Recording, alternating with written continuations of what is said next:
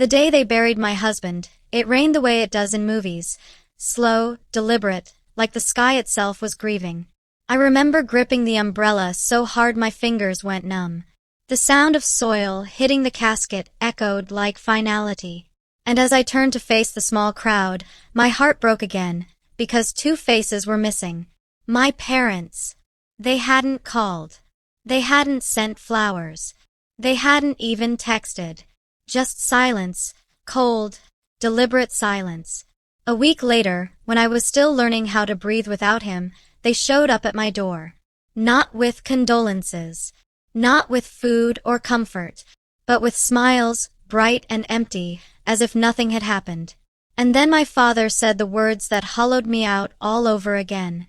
"We're so proud of how well you're doing on your own. Now, about your brother's wedding, he's counting on you to contribute. Around $250,000 should cover it." I didn't speak, didn't cry, didn't even blink. I just stared at them, realizing in that moment something I had spent my whole life refusing to see. Family isn't who raises you. It's who stands beside you when the world falls apart. If you think family always protects you, listen to what happened to me. My name is Lena Caldwell, and I'm 34 years old. Right now, I'm sitting in a small cabin by the lake, one my husband and I bought years ago when life still felt like it had soft edges. The floor creaks when I move, the fireplace smells faintly of cedar, and the sound of rain on the roof has become my only lullaby. It's been 14 months since Daniel died. Sometimes I still wake up reaching for him, half expecting his laugh, his warmth, the soft rumble of his voice calling me, Lainey. But grief doesn't work like movies. It doesn't fade, it just rearranges itself until you learn how to live around it. I'm stronger now. But strength is a strange thing. It's not always made of muscle or resolve. Sometimes it's made of silence, of letting people go, of walking away from those who taught you pain and calling it peace. When my parents asked for that money, something in me shifted. Not anger, not even disbelief, just a heavy, grounded clarity. It was as if every cruel silence from my childhood had finally spoken all at once. I didn't raise my voice. I didn't cry. I simply told them, "You should leave." And when the door shut behind them, the house felt both empty and free. But to understand how I got there, how I learned to let go of blood that bled me dry, you need to know what came before that day. You need to know where I came from. I grew up in a house that looked perfect from the outside. A 2-story colonial at the edge of town, white shutters, trimmed hedges, and a front porch where my mother used to sit with a glass of iced tea pretending to read magazines. People used to say, "The Caldwells have it all." But inside, it always smelled faintly of bleach and unspoken rules. My mother, Evelyn, believed appearances were a form of currency. Her hair was always perfect, her lipstick never smudged, and her voice, a sharp, honeyed blade. My father, Richard, was quieter, but not kinder. He existed like an echo of her moods. When she smiled, he smiled. When she was cold, he vanished into his office and left the silence to do the parenting. Then there was Evan, my younger brother by 3 years. Blonde, dimpled, charismatic. The golden child. My mother used to introduce us to guests like a catalog of success and burden. "This is Evan. He's our little athlete. And this is Lena. She's creative." That pause. That tiny breath of hesitation before she found a word that didn't sound like disappointment. I learned early that in our house, love was conditional. Evan's scraped knees were tragedies. Mine were inconveniences. His school art got framed. Mine went into the trash, because clutter makes the house look small.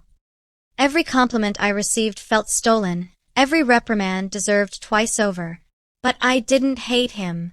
I envied him in a quiet, desperate way, like watching someone live the life you're told you don't deserve. When I was 10, I overheard my parents fighting in the kitchen. My father's voice was tight, controlled. "You're too hard on her, Evie. I'm teaching her to be realistic. She'll never have Evan's charm. She needs to know her limits." I remember sitting on the stairs, knees pulled to my chest, hearing the sound of ice clinking in her glass as she spoke. That was the night I stopped showing her my drawings. Instead, I started sketching in secret, on the backs of school notebooks, in the margins of math homework, on napkins when no one was looking. It was the only place I could exist without being corrected. By high school, Evan was the shining center of everything. Quarterback, prom king, the boy every parent bragged about. I was the one who stayed home on weekends to babysit him when he forgot his curfew. I worked part-time at the library to save for college, while Evan got a new car for his 17th birthday. He needs it for sports, my mother said when I asked why. When I brought home a straight-A report card, she barely looked up from her phone. That's what you're supposed to do, Lena. Don't make such a fuss. It wasn't cruelty in words, it was cruelty in absence. No affection, no pride, just a vacuum where love should have lived. Still, I clung to the idea that if I worked hard enough, they'd see me. Maybe one day they'd call me their favorite the way they did Evan. Then came the betrayal that cracked something inside me for good. It was my senior year. I'd been accepted to an art program in Chicago, the kind of opportunity I'd dreamed of since I was little. A full scholarship. When I got the letter, I ran to my parents' room, breathless, holding it out like a miracle. My mother read it, then set it on her vanity. Chicago? That's far. And art isn't a career, Lena. You'll end up broke and miserable. You should stay here, go to community college, maybe study business. Something stable. I looked at my dad, silently begging him to intervene. He didn't even meet my eyes. Your mother's right, he said. It's for your own good. The next day, I found out they'd already used my college fund for Evan's private sports coaching and a deposit on his future university. All those years of saving, for both kids, had been a lie. I sat in my room that night with the acceptance letter pressed to my chest, feeling something in me go still. Not broken, just numb. Like I'd reached the limit of disappointment. That was the first time I thought about leaving.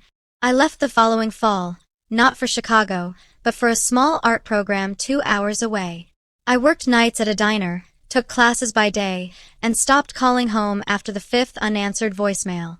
The silence between us stretched wide, heavy, but oddly peaceful. Occasionally, I'd get a text from my mother. Always brief. Always transactional. Do you still have that dress from last Christmas? Evan needs help editing his essay. Never how are you. Never I miss you. I learned to stop needing them, but I never stopped wondering why they needed to make me so small. The last time I saw them before everything changed was at Evan's college graduation. He'd majored in business, of course. My father's dream. My mother wore pearls, beaming in every photo. I stood at the edge of the frame, forgotten until she needed someone to hold her purse. At dinner, when Evan announced he'd gotten a job offer from a big firm, my father raised his glass. To Evan, the pride of our family. Everyone cheered. I smiled, pretending it didn't sting. Later that night, my mother cornered me near the bathroom. You're doing art still? Yes. I just got my first gallery showing in the city. She tilted her head, eyes soft but hollow. That's nice, dear. But don't expect that to last. You'll settle down eventually. Maybe find a man who can provide. That was her way of saying you're still not enough. And for the first time in my life, I didn't argue. I just looked at her, really looked at her, and realized I didn't care if she ever understood me. That realization didn't hurt. It healed. Years later, when I met Daniel, he saw something in me I didn't even know existed, a kind of light I'd buried under years of being unseen. But that part of the story comes later. For now, all you need to know is this. By the time I was 24, I had built a new life from the ashes of their neglect. And for the first time, I thought I was free of them. I was wrong. When I left my parents' house at 21, I didn't have much. 2 suitcases, a box of sketchbooks, and a borrowed car that made a sound like a dying animal when it started. But what I did have was freedom, and that felt like wealth. I moved into a small attic apartment above a bakery in a town called Ridgeport. The walls were thin, the heater unreliable, and the roof leaked whenever it rained. But the smell of bread drifted through the vents every morning, warm and sweet, and for the first time, I woke up without feeling afraid of saying the wrong thing. I got a job as a receptionist at a local art gallery. It wasn't glamorous, answering phones, sending emails, sweeping floors after shows, but I was surrounded by color, texture, and people who spoke about creation like it mattered. After hours, I stayed late to watch the painters, sculptors, and photographers bring their visions to life. One evening, I was reorganizing catalogs when a tall man with tired eyes and a quiet smile approached the counter. He carried a coffee cup and a rolled-up portfolio. "You're Lena, right? The girl who keeps labeling the supply drawers alphabetically." I laughed, embarrassed, guilty. He grinned. "I'm Daniel, the guy who keeps using your pencils and never returns them." That's how it started. Not fireworks. Not fate. Just two people laughing over misplaced art supplies. Daniel wasn't like anyone I'd known. He was gentle without being weak, steady in a way that made the world seem less sharp. He painted large, moody canvases, storms, oceans, cities at night. When I asked him why he painted darkness, he said, "Because it makes the light honest." We started seeing each other after work, talking until sunrise in the corner booth of a 24-hour diner. He told me about growing up with a mother who left early and a father who raised him alone. I told him about my family, at least the edited version. He listened. Really listened. Not the way people nod politely, waiting for their turn to speak, but with quiet attention that made me feel seen. One night, after I confessed how my mother used to tell me I'd never make it as an artist, Daniel said something that stayed with me forever.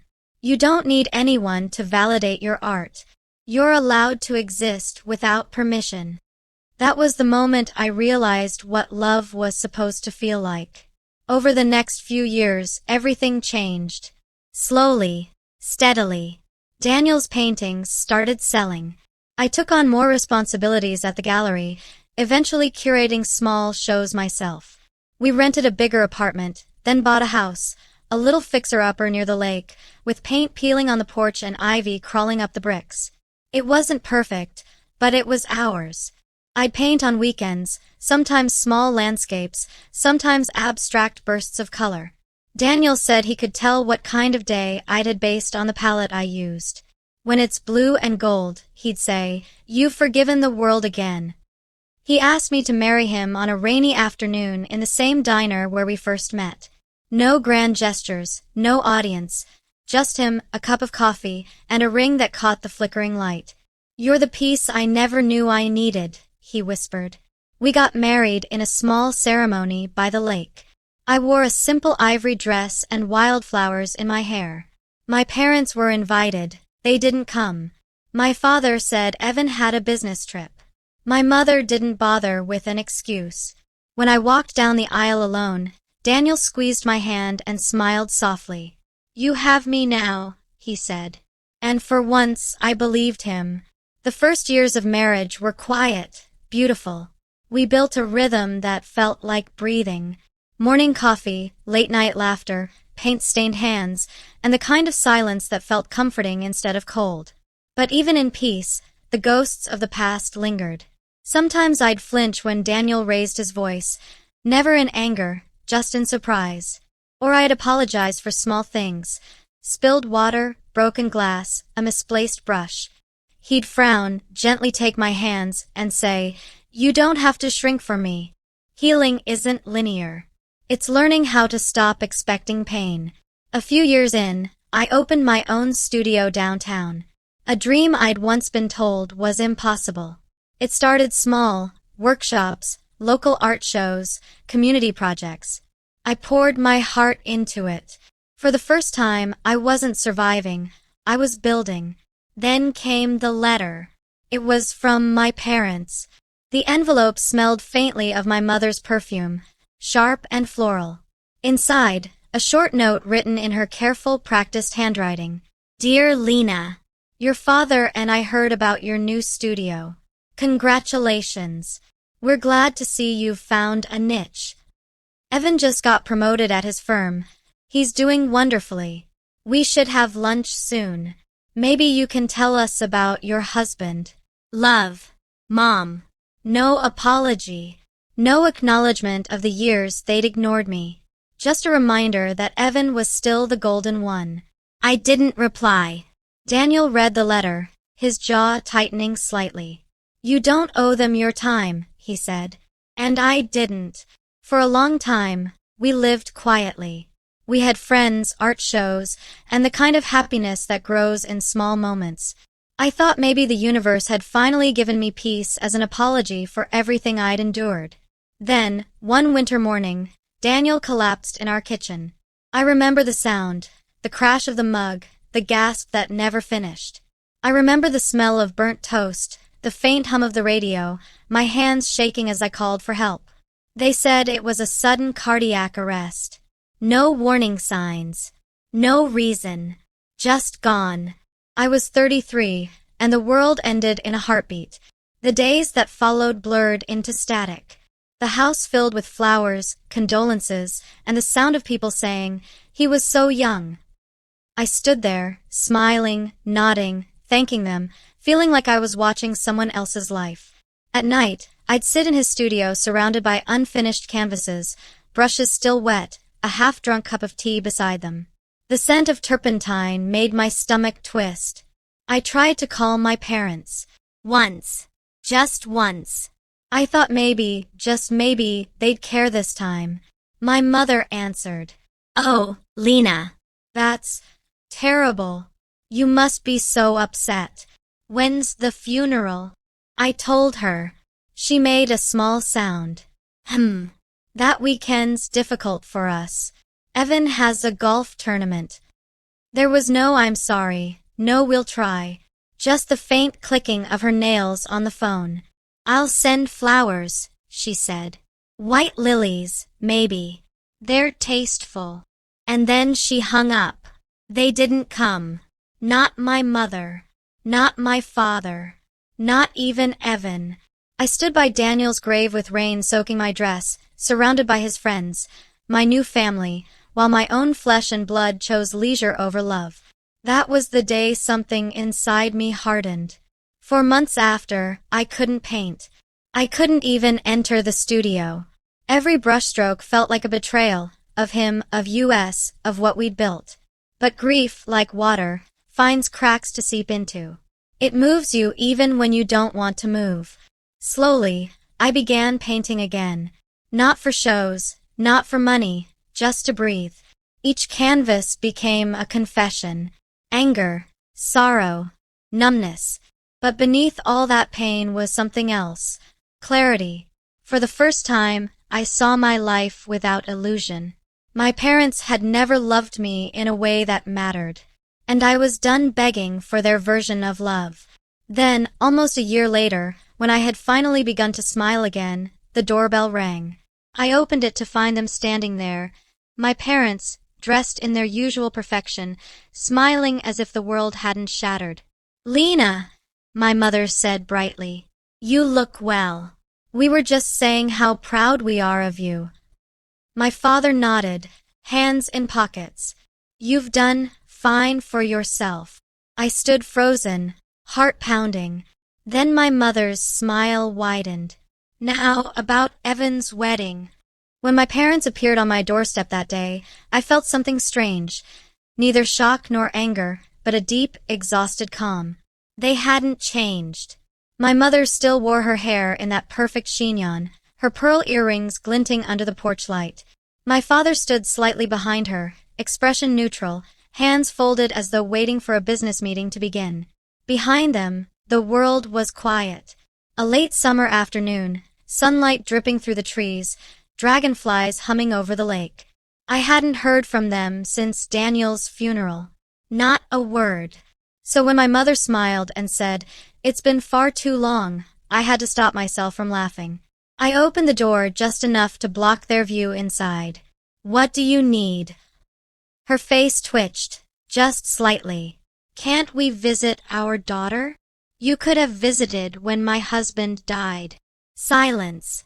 The kind that weighs heavy, like fog before a storm. My father cleared his throat. We regret that, Lena.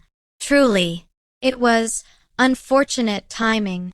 Unfortunate timing. That's how he described missing my husband's funeral. I almost closed the door then and there, but some quiet curiosity kept me rooted.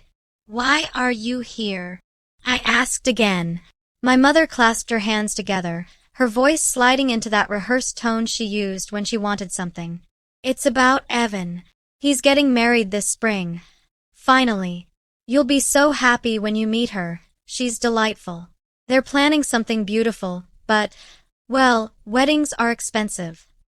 She laughed lightly, as if the problem were trivial, a minor inconvenience that I could solve with a swipe of a pen.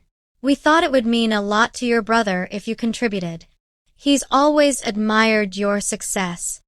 I didn't speak. She continued, oblivious to the quiet gathering storm inside me.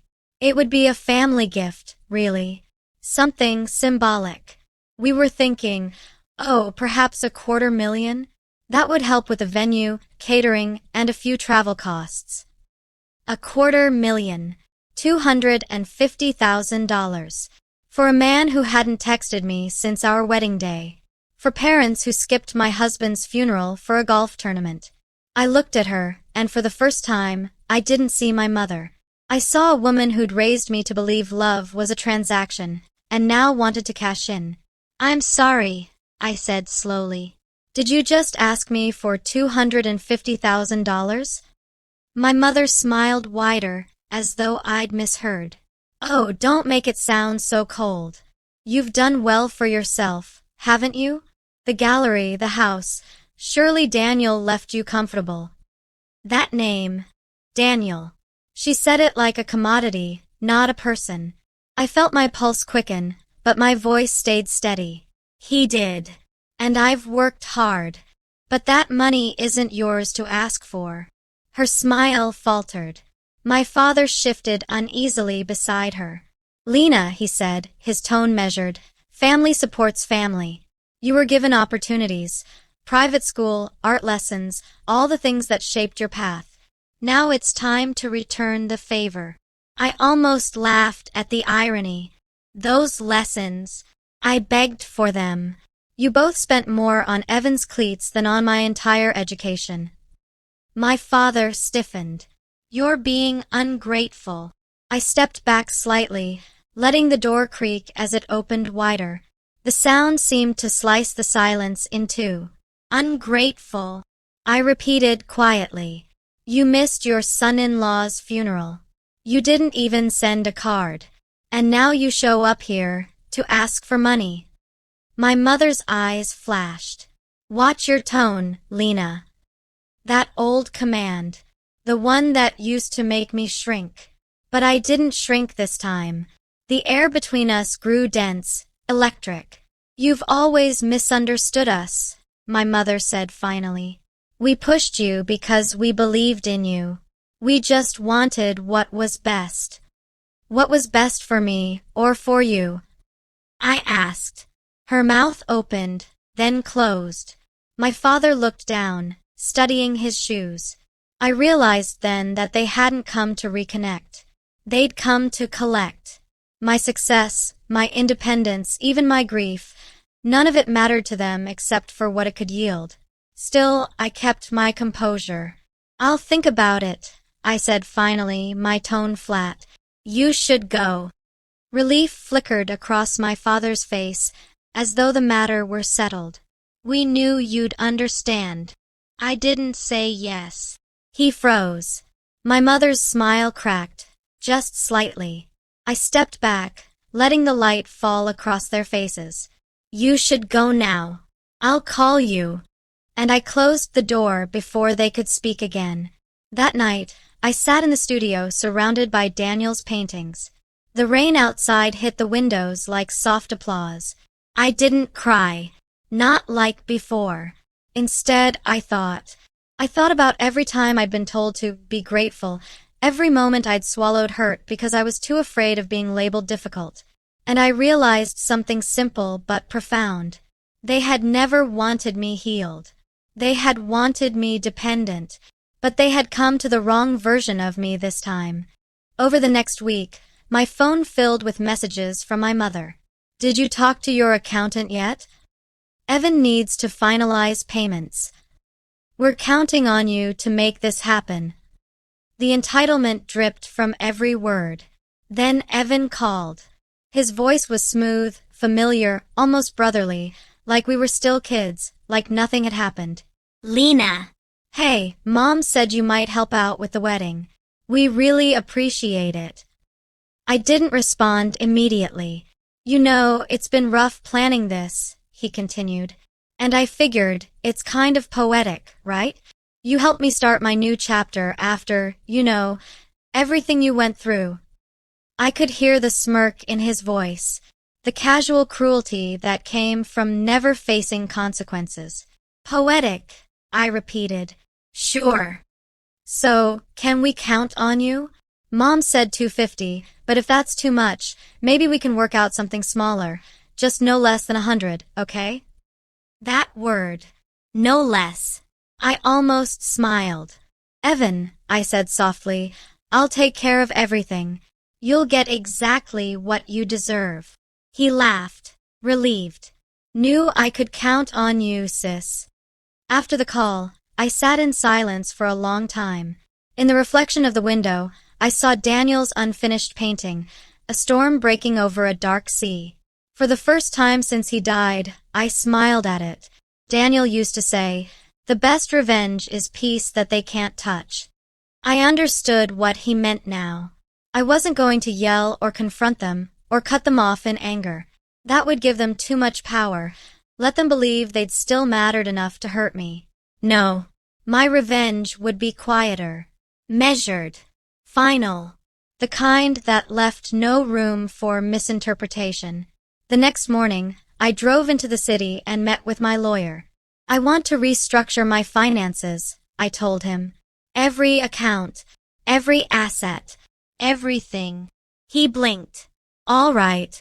Any particular reason? Yes, I said calmly.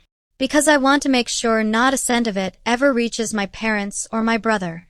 Not now. Not ever. He hesitated. Even in the event of...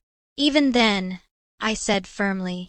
It all goes to charity, art programs, mental health funds, the kind of things that actually help people heal. He nodded slowly, understanding. I'll make the arrangements. When I walked out of his office, the air felt different, lighter. I had just written the final line in a story that began the day I stopped being their daughter. A week later, I received an email from my mother. No greeting, no warmth. Evan says you're handling the transfer. We'll expect confirmation soon.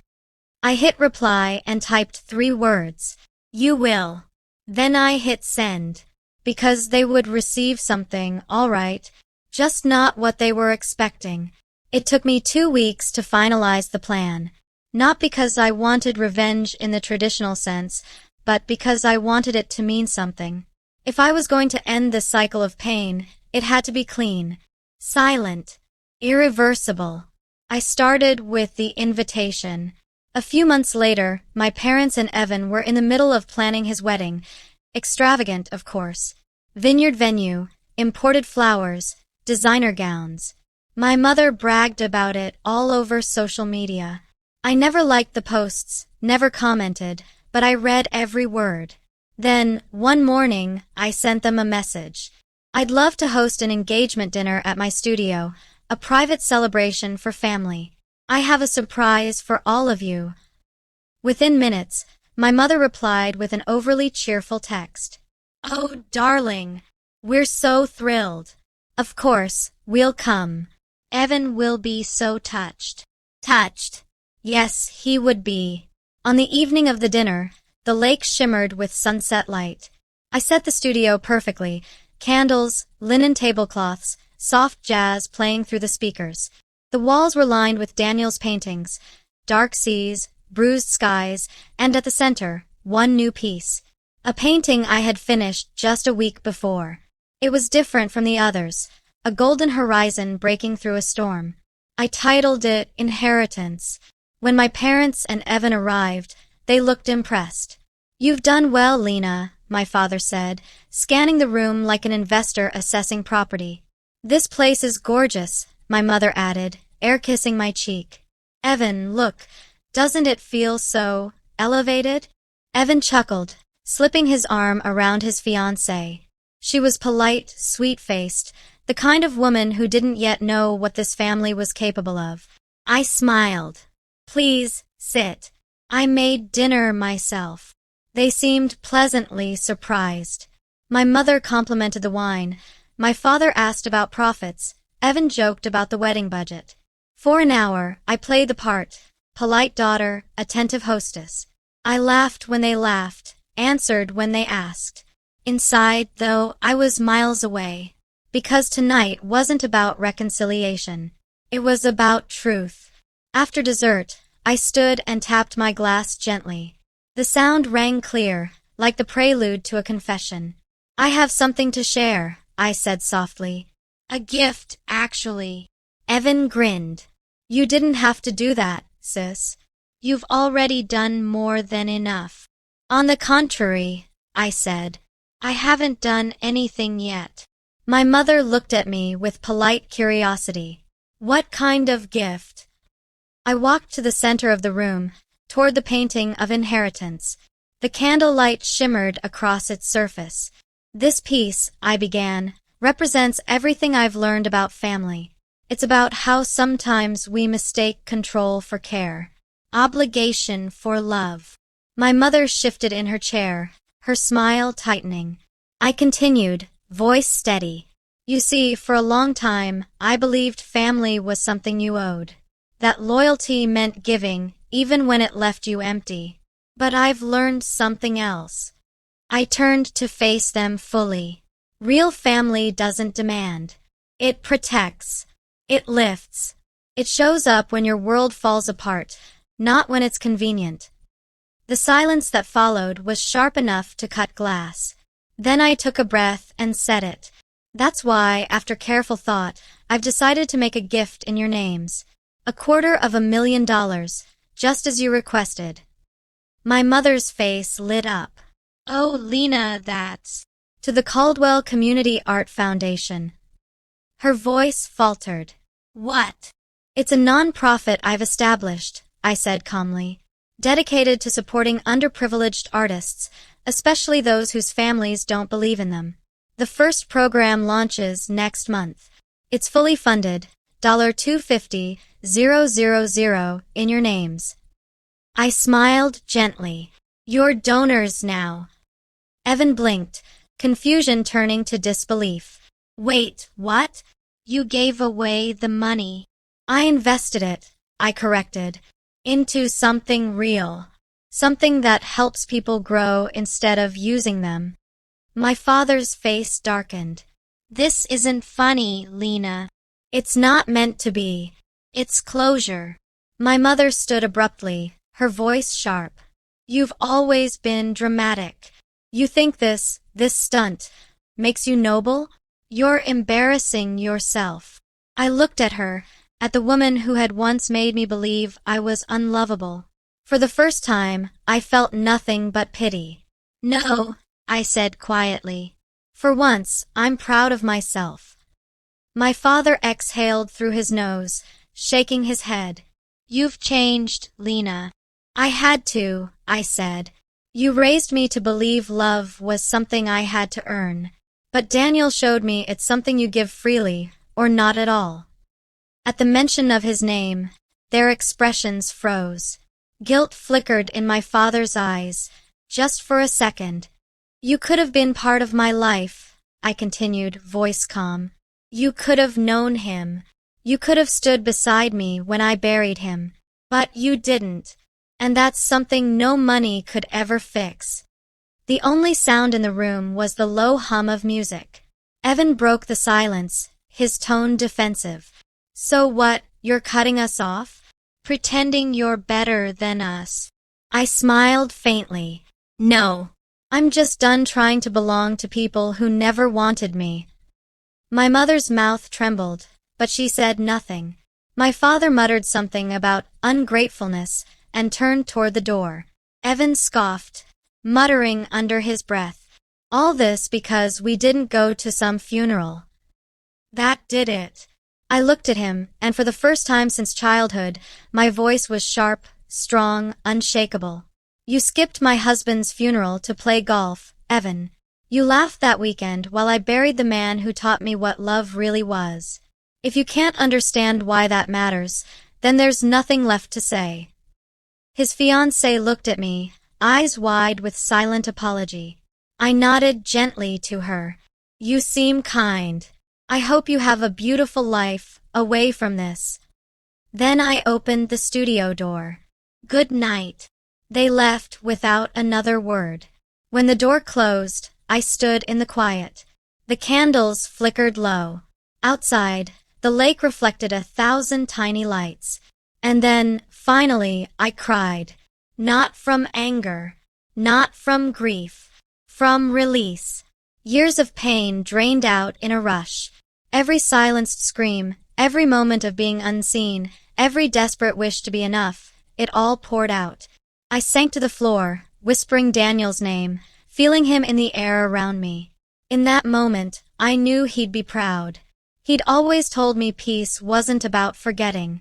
It was about no longer needing to prove. And I'd finally reached that point. The following week, the Caldwell Community Art Foundation launched publicly. Local news picked it up. Grieving artist honors late husband by supporting others. My parents didn't comment, though I heard through acquaintances that my mother was furious. "She made us look like villains," she'd said. But I didn't need to defend myself. The truth didn't require permission. People came forward to share their stories. Young artists, dreamers, kids from families like mine. They thanked me. They told me I'd given them something I never had, validation. And in every message, every handshake, every tearful thank you, I felt Daniel beside me. A month later, I drove to the lake house alone. It was early morning, fog curling over the water. I carried a small box, the last of Daniel's brushes, and a letter I'd written. I stood on the dock and whispered into the mist, "We're free now." Then I scattered the ashes of his brushes into the water. As the ripples spread, the rising sun caught on the surface, turning the lake to gold. For the first time in years, I felt truly light. I'd taken their cruelty and built something beautiful from it. That was my revenge. Not bitterness. Not retribution. Creation. Later that day, my phone buzzed. A message from my mother. "We saw the news. You've made your point. Congratulations." I read it twice, smiled faintly, then deleted it. Some endings don't need words. That night, I sat by the fireplace with a cup of tea, looking out at the water. My reflection glowed faintly in the window. Older, steadier, softer. For the first time, I wasn't defined by who hurt me. I was defined by what I'd built in spite of them. And that, I realized, was peace. 6 months after the night my parents walked out of my studio, I woke to the sound of birdsong instead of silence. The world felt softer, somehow, like someone had turned down the volume on everything that used to hurt. The air by the lake carried the scent of spring. I could smell rain in the distance, fresh pine, wet soil, the kind of smell that makes you believe the world can start over, no matter how many times it's fallen apart. I'd been working late the night before, preparing the studio for a new exhibition. The Caldwell Foundation's first group of young artists would be showing their work. Most of them were barely 20, nervous, excited, full of the kind of hope I used to be punished for. It was beautiful chaos, brushes clattering, laughter bouncing off the walls, paint splatters where paint shouldn't be. And in the middle of it, I felt Daniel. Not as absence, but as warmth. He would have loved it. The energy, the imperfection, the sound of creation. That morning, I sat on the porch with coffee, watching sunlight spill across the water. I thought about how far I'd come. From that frightened girl who'd begged her parents to see her, to the woman who no longer needed their approval to exist. Peace, I realized, wasn't a reward. It was a decision. A choice to stop reopening wounds just to prove they existed. Sometimes I still miss them, not my parents as they were, but the idea of them. The version I used to imagine when I was little, lying awake at night, pretending love could sound like laughter through the walls instead of criticism. But I'd stopped mistaking fantasy for family. A few days before the exhibition, I received a letter. No return address, but I knew the handwriting. My mother's. The envelope was cream-colored, expensive. Inside, one page, folded neatly, smelling faintly of her perfume. Lena. We heard about the foundation's success. It seems you found a way to turn pain into purpose. I suppose that's admirable in its way. Evan's wedding went well. He and Marissa are moving to Boston. Your father isn't feeling well these days. I thought you should know. Perhaps someday we can talk properly. Or perhaps it's too late. Either way, I hope you're happy. Mom. I read it twice, then set it aside. For a moment, the old ache stirred, the reflex to reach out, to fix, to forgive too soon. But then I remembered the last time I had opened my door to them, and how peace had entered only when they left. So I didn't reply. Forgiveness doesn't always require reconciliation. Sometimes it's enough to wish someone well and keep walking. I took the letter to the dock, folded it into a small square, and slipped it into the lake. It floated for a moment, then sank beneath the ripples, disappearing into the reflection of the sky. That was my goodbye. The exhibition opened a week later. People came from all over, critics, collectors, families. The air buzzed with energy. The walls gleamed with stories painted in every shade of survival: anger, love, grief, joy. At the center of the gallery hung Inheritance, the same piece I'd shown my parents. Beneath it, a small plaque read, "For those who learned to build peace from pain." Throughout the night, I watched people stop and stare at that painting. Some smiled. Some cried. Some just stood quietly, lost in thought. It wasn't fame or money that moved me. It was connection. Every face in that room was a reminder that pain, when transformed, becomes something sacred. At one point, a young artist named Maya came up to me. She was one of our scholarship recipients, barely 19, with ink-stained fingers and nervous eyes. "I almost didn't apply," she admitted. "My dad said art was useless. But then I read about you, and I thought, maybe it's not." I smiled, my throat tight. "It's not useless," I said softly. "It's survival." She nodded, eyes glistening. "Thank you for making space for people like me." I squeezed her hand. "You made it yourself. I just opened the door." When the last guest left and the lights dimmed, I walked through the gallery alone. The soft hum of the building felt like breathing.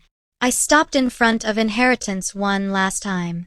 The horizon glowed faintly in the painted sky, gold breaking through storm clouds. And for the first time, I saw myself in it. Not the broken girl, not the grieving widow, just me. Whole. Free. I whispered, "We made it, Daniel." And for a fleeting moment, I swore I heard him answer in the hush of the room, "You did, Lena. You did." I drove home under a silver moon. The road curved along the lake, the trees arching overhead like guardians. I rolled down the window, let the night air touch my face, and laughed, quietly, freely, like someone who had finally stopped holding her breath. When I reached the cabin, I didn't turn on the lights. I just stood in the doorway, listening to the gentle rhythm of the waves. It was the same sound I'd heard the day of Daniel's funeral. Back then, it had sounded like endings. Tonight, it sounded like beginnings. I sat at my desk and opened my journal. The same one I had kept for years, its pages filled with pain, sketches, letters I'd never sent. On a new page, I wrote, "I don't hate them anymore. I don't love them the way I used to, either. But I understand them now. They gave me emptiness, and I filled it myself. That's what survival is." I closed the journal, exhaled, and smiled. Outside, dawn was breaking, light spilling over the trees, golden and quiet. I stood by the window, coffee warming my hands, and let myself believe, truly believe, that I was home. Not in a place. In myself. And if you've ever been betrayed by your own blood, remember this. You don't owe them your peace, your forgiveness, or your future. Family isn't who raises you. It's who lifts you. And when you finally lift yourself, peace is the loudest revenge.